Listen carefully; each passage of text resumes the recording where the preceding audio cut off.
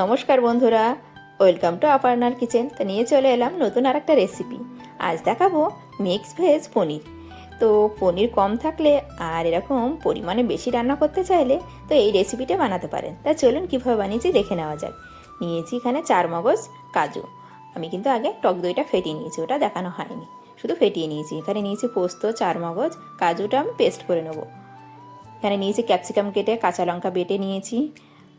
এখানে নিয়েছি কড়াইশুঁটি, দুটো টমেটো পেস্ট করে নিয়েছি। এটা নিয়েছি টক দই, পনিরটাকে আমি নুন জলে ভিজিয়ে রেখেছি। আর নিয়েছি আদা বাটা।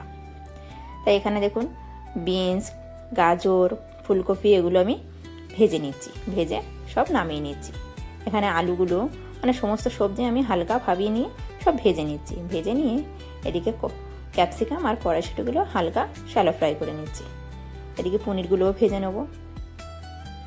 ভেজে নেওয়ার পরে দেখুন কড়াইতে দিয়ে দেবো কিছু শুকনো লঙ্কা আমি কুচিয়ে নিয়েছি। নেওয়ার পরে টমেটো পেস্ট, আদা পেস্ট, কাঁচা লঙ্কা পেস্ট দিয়ে ভালো করে মশলাটা আমি কষিয়ে নিচ্ছি।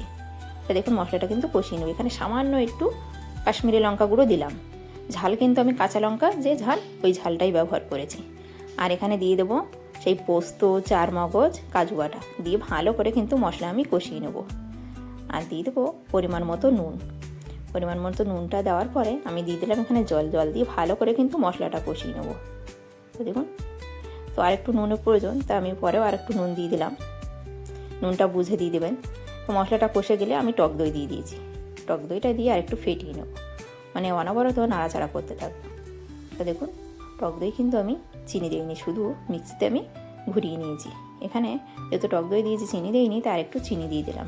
চিনিটা আপনারা এখানে বুঝে কিন্তু ব্যবহার করবেন, কারণ এটা একটু মিষ্টি মিষ্টি হলে ভালো লাগে। তো দেখুন এভাবে কিন্তু আমি সবজিগুলো ভাজা, মশলাও কষে গেছে, তো একটু নাড়াচাড়া করে দিয়ে দেবো সামান্য একটু গোলমরিচ গুঁড়ো, সামান্য পরিমাণে। দেওয়ার পরে দিয়ে দেবো আগে থাকতে আমি জল গরম বসিয়ে রেখেছি ওদিকে, সেটা ঢেলে দেবো। তো দেখুন রেসিপিটি কিন্তু দারুণ লাগছে। এটা ভাত, রুটি, পরোটা মানে সব কিছুর সাথেই ভালো লাগবে, আর নানের সাথে তো দারুণ লাগবে। তো এরকম রেসিপি থাকলে কিন্তু রাতের ডিনারে কিন্তু বেশ জমিয়ে যায়। তাই এটা আমরা সাদা ভাত দিয়ে খাবো। এখানে দেখুন সবজিটা প্রায় হয়ে গেছে। তারপর দিয়ে দেবো পনিরটা আমি দিয়ে নাড়াচাড়া করে একটু ঘি আর গরম মশলা দেবো, দিয়ে নামিয়ে নেবো। তো দেখুন উপর থেকে একটু গরম মশলা দিলাম, হোমমেড গরম মশলা, আর দিয়ে দেবো 2 চামচের মতন ঘি দিয়ে নাড়াচাড়া করে নামিয়ে নেবো। তো রেডি হয়ে গেছে মিক্স ভেজ পনির। তো রেসিপিটি কেমন লাগলো কমেন্ট করে কিন্তু জানাতে ভুলবেন না। আর আজকের মতনই এটুকুনি। টাটা, দেখা হবে আবার নেক্সট ভিডিওতে।